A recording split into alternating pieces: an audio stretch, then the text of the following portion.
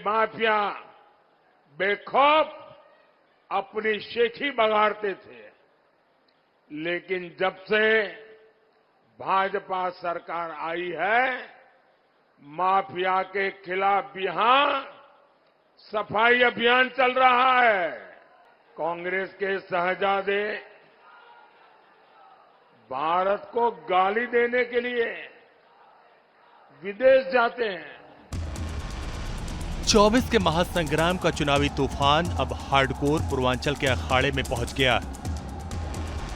ऐसे में तेवरों में धार भी बढ़ी और माफिया मुक्त यूपी का टोन भी सेट हुआ।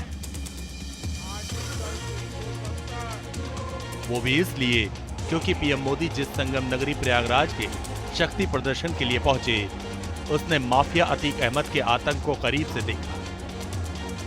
प्रयागराज के लोगों ने उसके आतंक को सहा। अब जब अतीक और उसके जुर्म का साम्राज्य मिट्टी में मिला, तो त्रिवेणी की सियासत में माफिया मुक्त यूपी को बीजेपी ने बड़ा अस्त्र बना दिया। सपा सरकार में माफिया गरीबों की जमीनों पर कब्जा करता था। अब उसके अवैध महल तोड़कर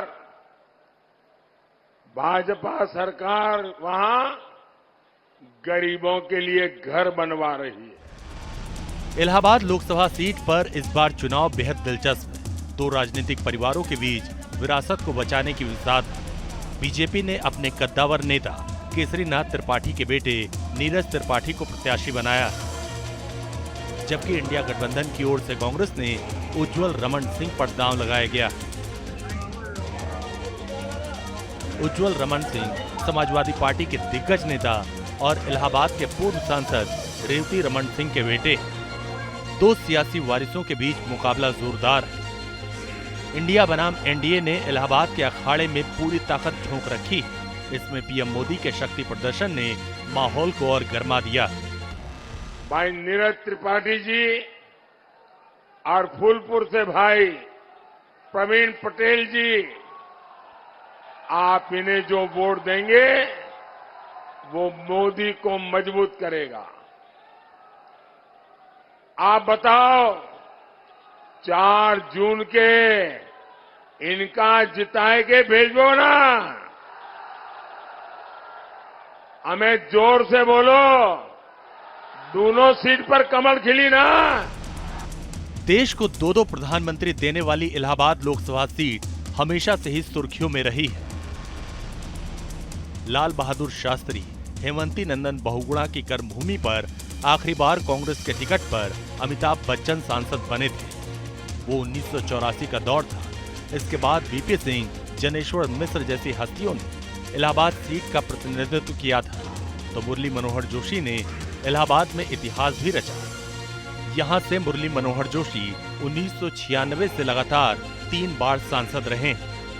2004 से ये सीट समाजवादी पार्टी के खाते में चली गई और 2014 तक रेवती रमन सिंह का दबदबा रहा। मोदी युग में 2014 से इलाहाबाद में बीजेपी का कमल खिला और 2019 में भी जलवा कायम रहा।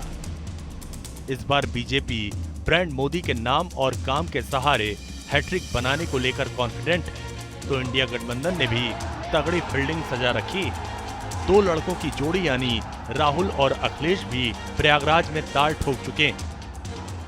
भाई और बहनों, समाजवादी पार्टी और कांग्रेस पार्टी की पार्टनरशिप है। यहाँ पे हमारे हजारों बब्बर शेर कार्यकर्ता आए हैं। मैं आपको कहना चाहता हूं, अब आप बीजेपी आरएसएस के कार्यकर्ताओं के सामने खड़े हो जाओ, पोलिंग बूथ में खड़े हो जाओ और यहाँ के प्रत्याशी को 5 लाख वोटों से जिताओ।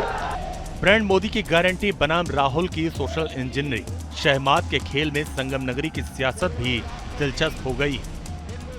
25 मई को यूपी की जिन 14 लोकसभा सीटों पर वोटिंग होनी है, उसमें इलाहाबाद, फूलपुर जैसी हाई प्रोफाइल सीटें भी शामिल। Team news nation.